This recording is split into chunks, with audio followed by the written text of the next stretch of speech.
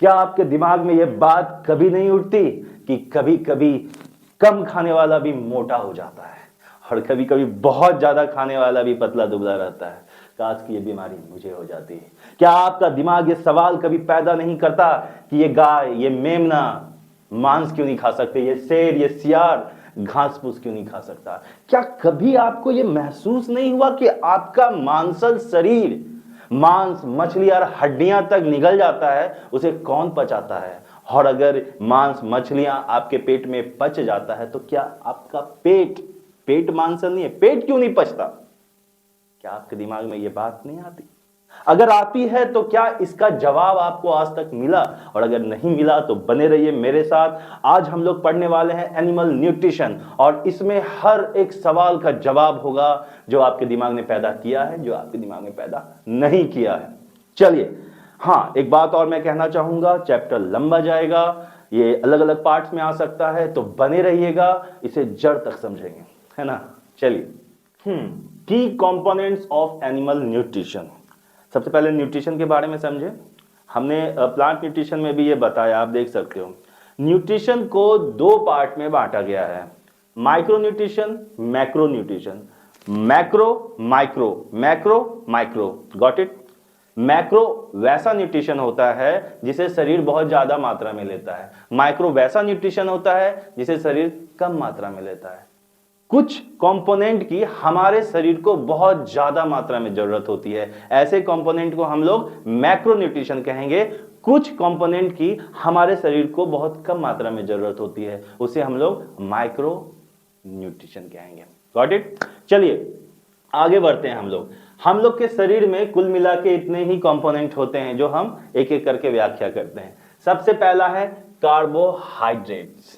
Carbohydrates, अब बताइए कि हमारे शरीर में ये सबसे ज्यादा जरूरी होता है, क्योंकि इसे हम लोग शरीर का ईंधन भी कहते हैं। आप चलते हैं, फिरते हैं, उठते हैं, बैठते हैं, भागते हैं, कुछ भी काम करते हैं, कार्बोहाइड्रेट जलता है, और इसी के जलने से आपके शरीर में एनर्जी आती है। ये अगर नहीं रहा तो आप सुस्त रहेंगे, आलसी बने रहेंगे, बैठे रहेंगे, कुछ करने का मन नहीं होगा। इसलिए हम लोग इस कंपोनेंट को क्या कहते हैं? शरीर का ईंधन। ये बहुत जरूरी होता है और ये बहुत ज्यादा मात्रा में हम लोग को लेना पड़ता है, दिन भर लेना पड़ता है, तीनों टाइम लेना पड़ता है। तो बताइए, तो ये कौन सा न्यूट्रिशन होगा? बताइए, चलिए कमेंट बॉक्स में लिखिएगा। ठीक है, अब बारी आती है प्रोटीन की। प्रोटीन क्या होता है? हमारे शरीर में बहुत सारे ऊतक, टिश्यू होते हैं जो हमारे शरीर का निर्माण करते हैं, हमारे ग्रोथ में मदद करते हैं। और दूसरी बात कि कहीं भी कटा फटा, चोट लगा, ये सारा रिपेयर कौन करता है?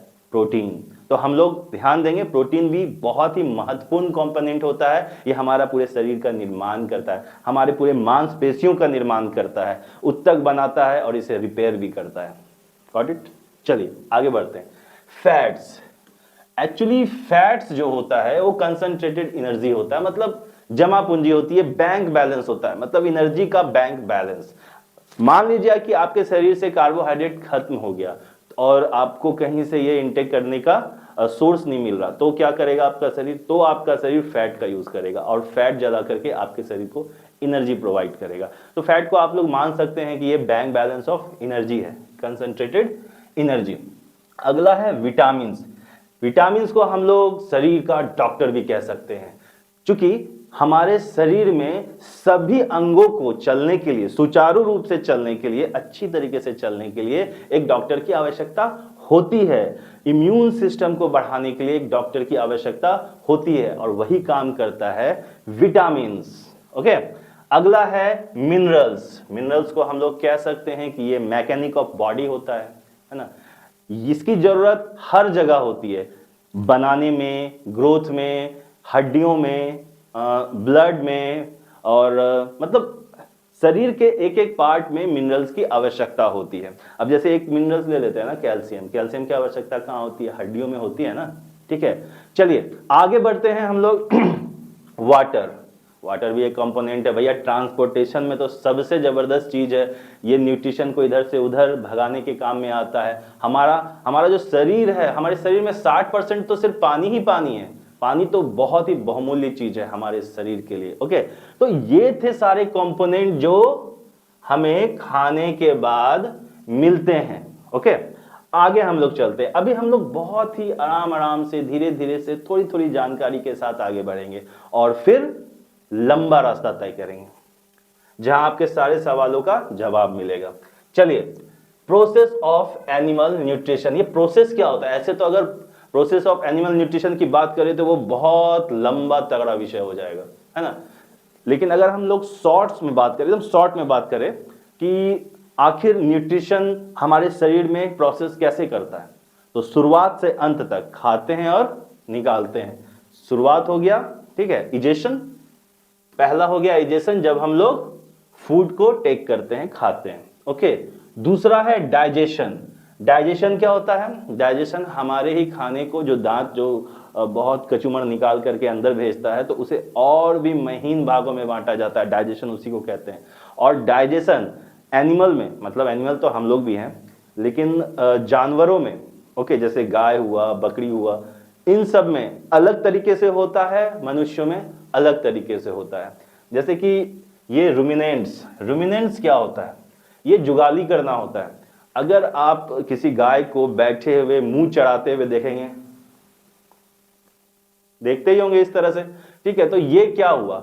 ये रुमिनेंट एनिमल हुए, मतलब जुगाली करने वाले जानवर हुए, ठीक है। और नॉन रुमिनेंट कौन होता है? हम लोग, कि हम लोग सीधे खाना चबा के पेट में डाल देते हैं। लेकिन रुमिनेंट एनिमल क्या करते हैं? पहले खाना चबाएंगे, उसके बाद फिर वो कहीं अलग चैम्बर में रखेंगे, फिर उसके बाद वो पेट में जाएगा। बहुत सारे चैम्बर्स होते हैं उनके लिए, ओके, क्योंकि उनका खाना भी बहुत हार्ड होता है ना। चलिए, अब आती है बारी एब्जॉर्प्शन की। एब्जॉर्प्शन में न्यूट्रिशन जो हमारे शरीर में बच जाता है, जो निकलने के बाद, खाने को पचाने और निकालने के बाद जो हमारे शरीर में कंपोनेंट बच जाता है, उसका शरीर क्या करता है? एब्जॉर्प्शन करता है, उसे लेता है, ठीक है। और उसके बाद उसका होता है एसिमिलेशन। एसिमिलेशन का मतलब अब शरीर इस न्यूट्रिशन को, इस कंपोनेंट को यूज कर रहा है ग्रोथ के लिए, रिपेयरिंग के लिए, है ना। और लास्ट होता है इजेशन। इजेशन में शरीर जो है तो आपके वेस्टेज को बाहर निकाल देता है, वेस्टेज को बाहर निकाल देता है। तो इस प्रोसेस को हम लोग अगर नंबर दे तो पहला हो गया इजेशन, दूसरा डाइजेशन, ये रूमिनेंट तो हटा ही दो, तीसरा हो गया एब्जॉर्प्शन, चौथा हो गया एसिमिलेशन और पांचवा हो गया इजेशन। 1 2 3 4 5, मतलब पांच स्टेजेस से हमारा शरीर गुजरता है न्यूट्रिशन को लेने के लिए। Okay, clear? आगे चलते हैं। हाँ, क्या महत्वपूर्ण बात है। अब हम लोग पार्ट्स को डिस्कस करेंगे, न्यूट्रिशन के कितने पार्ट्स होते हैं। क्योंकि सब न्यूट्रिशन करते हैं ना, जानवर भी, इंसान भी, बैक्टीरिया भी, पक्षी भी, मतलब एक एक माइक्रो ऑर्गेनिज्म से लेकर के सारे ऑर्गेनिज्म वो न्यूट्रिशन लेते हैं। तो उन सब को डिवाइड किया गया है कितने भागों में? तो सबसे पहले है autotrophic nutrition, heterotrophic nutrition. Autotrophic और हेटरोट्रॉपिक। अब देखिए, ऑटोट्रॉपिक न्यूट्रिशन वैसा न्यूट्रिशन होता है जो भोजन के लिए किसी और पर निर्भर नहीं रहते हैं, भोजन के लिए किसी और पे निर्भर नहीं रहते हैं। अब आप देख रहे हैं कि सिर्फ पार्ट्स लिखा हुआ है, इसमें तो मतलब कोई एग्जांपल्स भी नहीं है। तो भाई साहब, ये तो शुरुआत है, आप पहले इसको याद करो ना। अगले पार्ट्स में, उसके अगले पार्ट्स में, उसके अगले पार्ट्स में बहुत सारा पार्ट्स आने वाला है सिर्फ न्यूट्रिशन के नाम से, और इतनी गहराई से पढ़ाया जाएगा ये चैप्टर ना कि आपको क्लियर हो जाएगा। तो सबसे पहला ऑटोट्रॉपिक, हेटरोट्रॉपिक। ओके, ऑटोट्रॉपिक वो जब कोई जीव किसी पर भी भोजन के लिए निर्भर ना हो। ओके, इसमें एग्जांपल के लिए मैं एग्जांपल देता हूं। प्लांट है, आप सिर्फ प्लांट बोल के भी चुप रह सकते हैं, हो गया खत्म इसका एग्जांपल। हाँ, अगर और गहराई में जाएंगे तो एक साइनोबैक्टीरिया है,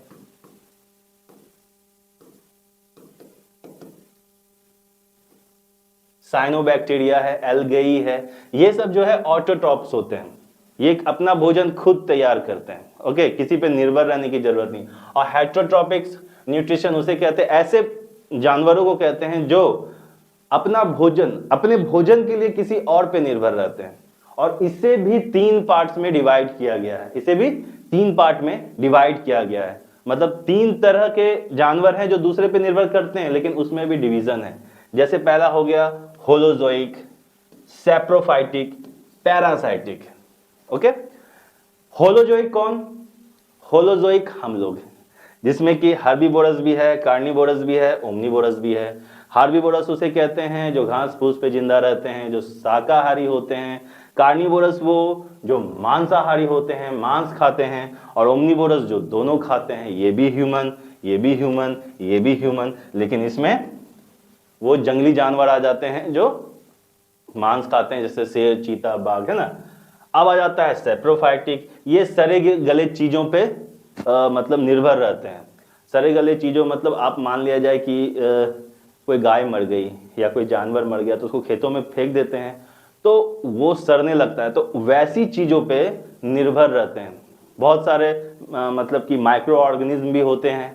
और सबसे अच्छा मैं सैप्रोफाइटिक का अगर एग्जांपल दूं, जो आपने देखा है वो केचुआ है, अर्थवर्म,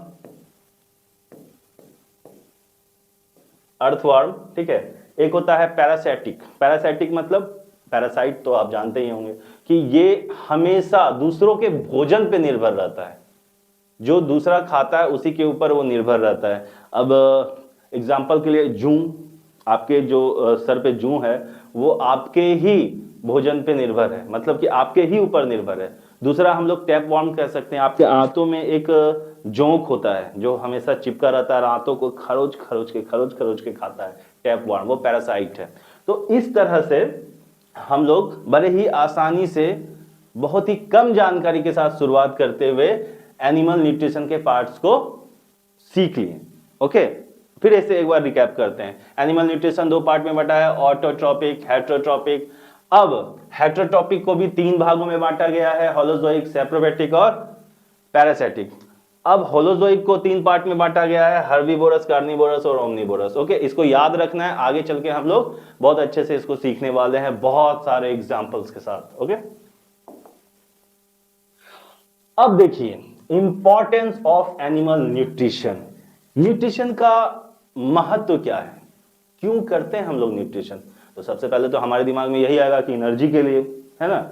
हमारे शरीर को एनर्जी के लिए न्यूट्रिशन की जरूरत होती है, हमारे शरीर को ग्रोथ के लिए न्यूट्रिशन की जरूरत होती है, हमारे शरीर को रिपेयर के लिए न्यूट्रिशन की जरूरत होती है, और हमारे शरीर को रिस्पायरेशन, ट्रांसपोर्टेशन, जितने भी इनर एंड आउटर वर्क हैं शरीर के, उन सब के लिए न्यूट्रिशन की जरूरत होती है।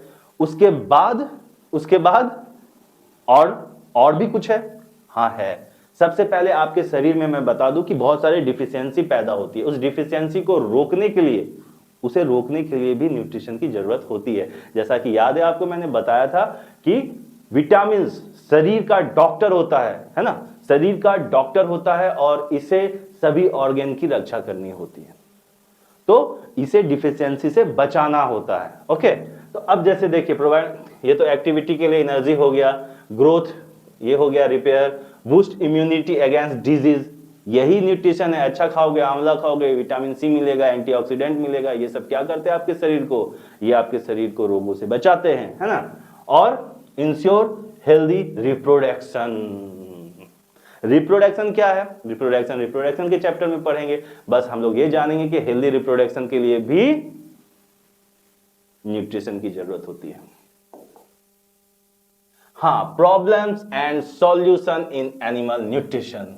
भैया क्या प्रॉब्लम आ जाता है न्यूट्रिशन के बिना? अगर हम लोग न्यूट्रिशन नहीं ले पाए सही से, तो मान लिया शरीर को रोज कार्बोहाइड्रेट की जरूरत है और कार्बोहाइड्रेट मिलना बंद हो गया, तो प्रोटीन मिलना बंद हो गया, तो सब कुछ मिल रहा है, प्रोटीन नहीं मिल रहा है, तो सब कुछ मिल रहा है, विटामिन नहीं मिल रहा है, तो, है ना, विटामिन मिल रहा है लेकिन प्रोटीन नहीं मिल रहा है। कभी ऐसा होता है ना, हमारा खाना संपूर्ण नहीं होता है। कभी कभी नहीं, गरीबों के घर जाके देखो, आज भी जो है उन लोगों को सही तरीके से खाना नहीं मिलता।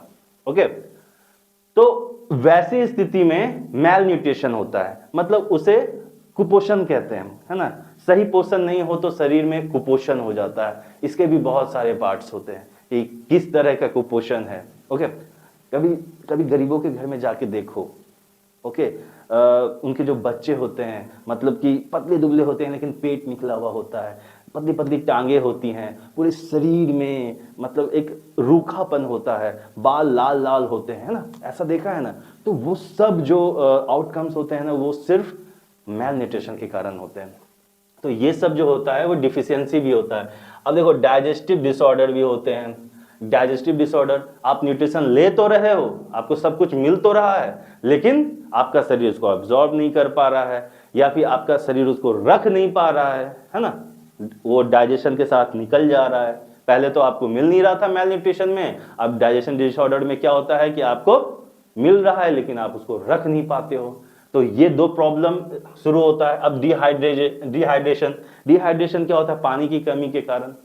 पानी की कमी के कारण आपके शरीर में अगर पानी की कमी हो गई तो पहले तो प्यास लगेगा, और ज्यादा कमी हो गई तो डिहाइड्रेशन हो जाएगा, आप मूर्छित होकर गिर सकते हो। ओके, तो ये 3 चीजें हैं जो हमें जाननी है अच्छे तरीके से, मेल न्यूट्रिशन, डाइजेस्टिव डिसऑर्डर और डिहाइड्रेशन। इससे हम लोग कैसे लड़ सकते हैं। तो आगे चलते हैं। अरे ये चैप्टर तो यहीं समाप्त हो गया। एक्चुअली समाप्त हुआ नहीं है, मैंने कर दिया है, इसलिए क्योंकि अब जो हम लोग सीखने वाले हैं थोड़े विस्तार से सीखने वाले हैं। अगला पार्ट जो हम लोगों का आएगा वो डिफिशियंसी के लिए आएगा, वो डिसऑर्डर के लिए आएगा, मेल न्यूट्रिशन के लिए आएगा। ओके, और हम लोग उसे रट लेंगे, रट नहीं लेंगे यार, समझ भी लेंगे और उसके पार्ट्स को रट भी लेंगे। तो दोस्तों एक बात बताओ, स्टार्टिंग में मैंने जो भी क्वेश्चंस पूछे थे उसका इसमें जवाब तो मिला नहीं, अब इसके जवाब के लिए आपको अगला पार्ट तो देखना पड़ेगा।